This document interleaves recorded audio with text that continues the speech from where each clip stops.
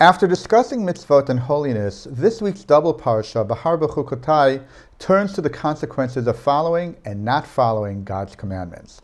The punishments described for disobedience are severe, but they also raise a couple of important questions.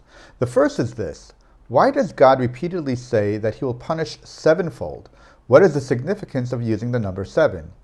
Rashbam explains that 7 is not meant to be taken literally. It's an expression meaning many or in full measure, much like the 7 days of the week represent a complete natural cycle.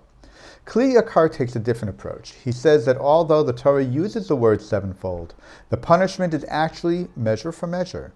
The sevenfold refers to the 7 classical planets, the heavenly bodies through which God channels consequences for Israel.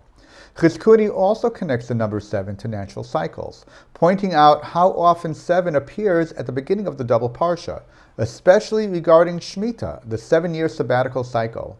According to him, the sevenfold punishment mirrors the failure to observe Shemitah properly, a direct measure-for-measure response to neglecting the 7th year when the land must lie fallow.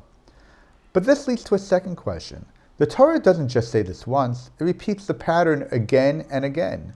Each section begins with a variation on Im lo tishma'u li, if you do not listen to me, and ends with another mention of sevenfold punishment. Why repeat it? Wouldn't one warning have been enough? Rashi explains that these aren't repetitions at all. They're stages, a spiritual downward spiral that begins the moment a person starts drifting away from God. Rav Hirsch expands on this by analyzing the opening verse of the Tochacha, the rebuke, which lays out this progression step by step. If you do not listen to me, a person stops studying and engaging with the Torah. This leads to a guilty conscience, so he rationalizes that the mitzvot are too restrictive, deciding not to keep all these commandments. Soon he begins to despise my statutes, not only abandoning them, but resenting them. His resentment grows into contempt for those who do keep the Torah's laws. Eventually, he will not do all my commandments and even try to prevent others from doing them. But as long as he still suspects that God might exist, he cannot find peace. To silence that inner voice, he ultimately breaks my covenant by convincing himself that God is not real. Rav Hirsch shows how a seemingly small step, simply not listening, not learning, can, through rationalization, lead to complete spiritual collapse. This is why the Torah repeats the phrase about the sevenfold.